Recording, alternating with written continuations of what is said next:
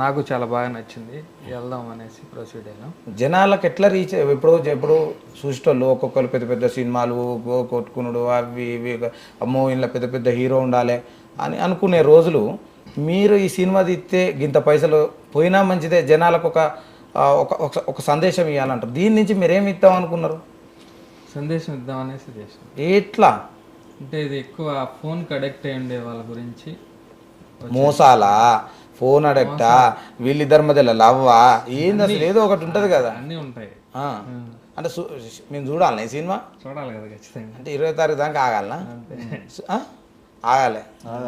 మరి అప్పుడప్పుడు ఏమన్నా చిన్న చిన్న పైసలు లేక కష్టాలు వస్తాయి కదా, ఒకసారి బ్యాంకు పని చేయక సినిమాలల్లో ఏం చేసేటోళ్ళు అప్పుడప్పుడు కొన్ని ఇబ్బందులు వస్తాయి కదా బ్యాంకులు బంద్ అప్పుడు. అప్పుడు ఇబ్బందులు బాగా వస్తాయి. మా టీం అంతా కొంచెం వెయిట్ చేయించేవాడిని నేనే, కొంచెం అడ్జస్ట్ చేసి. అప్పుడు అందరూ తిట్టుకునేది లైన్ ప్రొడ్యూసర్. ప్రొడ్యూసర్ అంటేనే కదా ఎట్లుంటాయి, అన్ని మాటలు పడాలి, అన్ని చేయాలి, ఎంత ఉంటుంది. కానీ అంటే ఈ సినిమా తీసేటప్పుడు ఈ హీరోలను వీళ్ళని పెట్టేటప్పుడు మీకు అంటే ఇప్పుడు కొంతమంది హీరోలను పెడితే బాగుంటుంది, వీళ్ళు మన వరకు సరిపోతారు రబ్బాయి అనుకుంటారు. అట్లా అది ఎట్లా అనిపించింది అప్పుడు? అదంతా డైరెక్టర్ గారికే ఇచ్చేసాం. అదంతా బర్వంతా ఆయనకే వచ్చి ఆయనకే ఇచ్చేసాం, మొత్తం ఫ్రీడమ్ ఇచ్చాం. ఇప్పుడు ఏ సినిమా చూడు కంటెంట్ లేనిదైతే కథ అయితే నడతలేదు. అట్లాంటి రోజుల్లో ఇట్లాంటి దాన్ని ఎంత నువ్వు పెద్ద సినిమాదే 100 కోట్లు ఖర్చు పెట్టు, సినిమా పోతలేదు అసలుది లేకుంటే, కథ లేకుంటే పోతుందా? అసలే కథలు లేకుంటే ఈ మొత్తం ఈ మధ్యలో ఏ చిన్న సినిమాలు ఎట్లా నడుస్తాయి? మంచిగా పెద్ద పెద్ద ప్రొడ్యూసర్లు వచ్చుడు, కొనుక్కపోడు, పైసలు ఇచ్చుడు, ఇవన్నీ ఉన్నాయి.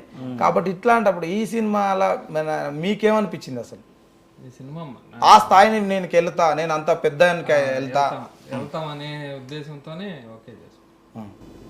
అంటే కథన్న మిల్లా లేకపోతే ఇంకా దాని నుంచి దాని వెనక అంటే ఏంది ఇప్పుడు కథన్నాం అసలు ఇలా అసలైన లేడు కానీ మొత్తం ప్రొడ్యూసర్ కాబట్టి ఇచ్చి పెడతానా ఎందుకు ఎరికేనా? డైరెక్టర్ వస్తే అన్ని నిలబెట్టి అడుగుతున్నాను, అసలైన లేడు కదా. ఇప్పుడు నిన్ను అడుగుతా, ఇక నీ దగ్గరికే వస్తా. ఎందుకంటే శ్రీధర్ అన్న ఎప్పుడు నవ్వుతాండు, లేకపోతే మధ్యలో నవ్వుతాండు అంటే మనం ఏం మంచిగా చెప్పాలి కదా, కథ మంచిగా తీసుకుపోవాలి. హైడ్ అండ్ సీక్ అనేది ఎందుకు చేసినావు? నేను కన్నా ఒకటే నేను ఆ పోలీస్ సంబంధించి ఇంట్లో ఏమైనా గుండగాళ్ళు ఉన్నారా అని? గుండాలు ఉంటారా? నువ్వు కొడతావా వాళ్ళను, వాళ్ళు నిన్ను కొడతారా? లేదు, ఎవరు కొట్టుకోకూడదని అందంగా చెప్తాం. కొట్టుకోవద్దా నువ్వు చెప్తావు, ఏమేం చేస్తుంది అందులో? ఈమె మాకు వెనకాల ఉండి బలం ఇస్తుంటుంది. అంటే మనకి ఇంట్లో ఎప్పుడు ఒక ధైర్యం ఉండాలి కదా, ఆ ఇంట్లో ఉండే ధైర్యం.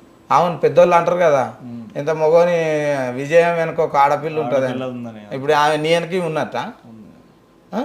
అదే ఈ సినిమా ఇప్పుడు నాకు ఏదో చిన్నగా ఇట్లా చూసిన ట్రైలర్లో ఏంటంటే ఇది రిలీజింగ్ చూస్తా అంటే ఉరుకుతాళ్ళు, చంపుతాళ్ళు, ఏంది అసలు ఏంది మోసాల మీద నా తీసింది, లేకపోతే అసలు ఏంది అసలు? ఒక అడిక్షన్ మీద, ఒక గేమింగ్ అడిక్షన్ మీద, ఫోన్ అడిక్షన్ల మీద తీసింది. సో సాధారణంగా ఇప్పుడు మీకు పబ్జీ గేమ్ తెలుసా? ఇప్పుడు పొరగాలు ఇట్లా మొత్తం అదే ఆడుకున్నాడు. ఇప్పుడు పొరగాలు దేవుడు పైసలు పెట్టా ఆడ పైసలు పొడగొట్టుకొని సావా కదా. ఇట్లాంటి వాటిల్లోనే పబ్జీలో ఇంకా ఏం జరిగింది, ఆడు పబ్జీలో 8 స్కోప్ ఇవ్వలేదని ఎక్కడో ఫ్రెండ్ని చంపేశాడంట. అయ్యో రామా, ఇట్లాంటివన్నీ నిజంగా జరిగినాయి. సో ఇట్లా కొన్ని గేమ్స్ ఉన్నాయి, బ్లూ వేల్ అని, ఇలాంటి గేమ్స్. ఇవన్నీ ఏంటంటే గేమ్స్లో సూసైడల్ థాట్స్ ఇవన్నీ ఇస్తూ ఉంటారు. అంటే ఇలా దీనికి అంటే ఇప్పుడు పెద్దగా వస్తానే కదా పైసలు దోశ, సైబర్ మోసాలు అట్లాంటిదే కదా. అట్లాంటిది అనమాట. సో సైబర్ మోసాలు లాగా ఇట్లా గేమింగ్ మోసాలు, గేమింగ్ అడిక్షన్ల మీద తీసిన సినిమా అనమాట. సో అట్లా ఒక మామూలు లైఫ్ గడుపుతున్న శివ అనే కుర్రాడు ఒక అంత డిజిటల్ మీడియా దాంట్లో ఎలా చిక్కుకున్నాడు అనేది ఒక సినిమా. నువ్వు గింత ముచ్చట చెప్తా అంటేనే గింత మంచిగా అనిపిస్తుంది. రేపు టాకీస్లకి వచ్చినాక జనాలు చూస్తా అంటే అందరు చూడాలి కానీ ఎంతమంది నాకైతే నిజంగా. ఎందుకంటే ఈ రోజులు అన్నీ కూడా చూస్తాను కదా, ముద్దు మురుపం లవ్ అవి ఇవే కదా, పూరేనకనే తిరుగుతూ ఉంటుంది కథ అంతా.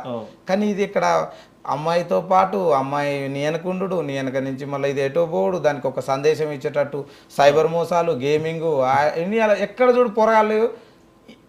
అసలు చిన్న పిల్లలు ఎడిక్ట్ అయిపోయే గేమ్లకు మంచి సినిమా. ఇట్లాంటి సినిమాలు రావాలి, ఎందుకంటే పొరగాలు తెలవాలి సమాజంలో అసలు ఏం చేస్తానో మనం ఏం చేస్తానో. అవ్వాయ ఫోన్ కొనియా ఇవ్వగానే దాని గేమ్లు ఆడినప్పుడు వాళ్ళు కనీసం తినక అట్లనే ఎడిక్ట్ అయిపోయి పైసలు పొడగొట్టుకొని చచ్చిపోయి ఇంత పెద్దోళ్ళు ఏంటంటే మన కొడుకులు ఉంటేనో అని మనకి ఎంతో ఉండాలనుకునే టైం వాళ్ళు ఊరు పెట్టుకొని చచ్చుడు, ఆత్మహత్యలు చేసుకున్నాడు, ఇవన్నీ చూస్తాను కదా. దానికి ఇట్లాంటి మంచి సినిమానే తీస్తాను వీళ్ళు చెప్పే నేను తెలుగులోనే మరి నువ్వే హీరో కదా నీకు నచ్చిన హీరో ఎవరైనా ఉన్నారా తెలుగులో? మహేష్ బాబు గారు జూనియర్ ఎన్టీఆర్ అంటే పడి చచ్చిపోయాడు. అంటే ఇప్పుడు నువ్వు చిన్నప్పుడు అంటే వాళ్ళని చూడంగానే ఇట్లా అంత ఉన్నది కదా, ఇప్పుడు నువ్వే హీరో అయినావు కదా, నీకు ఎట్లా అనిపిస్తా?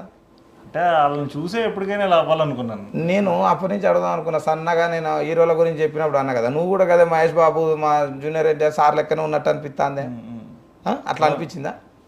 అట్లా అనపడలేదు, కానీ మనం కూడా ఎప్పటికైనా వాళ్ళని చూసి అల్లా చేయాలి. ఇంకా నాకు అనిపించింది కాబట్టి అంటాను, ఎందుకంటే నువ్వు మళ్ళీ ఏమనుకోకు. శ్రీధరన్ ఏమంటావు?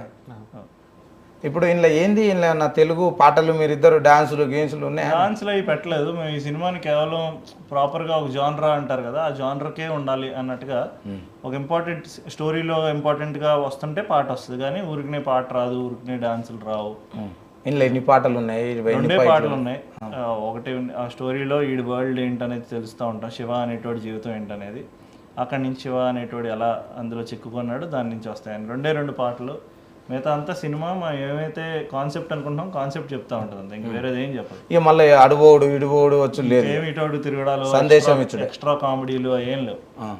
కరెక్ట్గా కాన్సెప్ట్ని ఎలా చూపించగలం అలా చూపిస్తూ ఉంటాం. గేమ్ ఆడుతూ ఉంటారు, గేమ్లో ఇంట్రెస్టింగ్ పార్ట్స్ ఉంటాయి.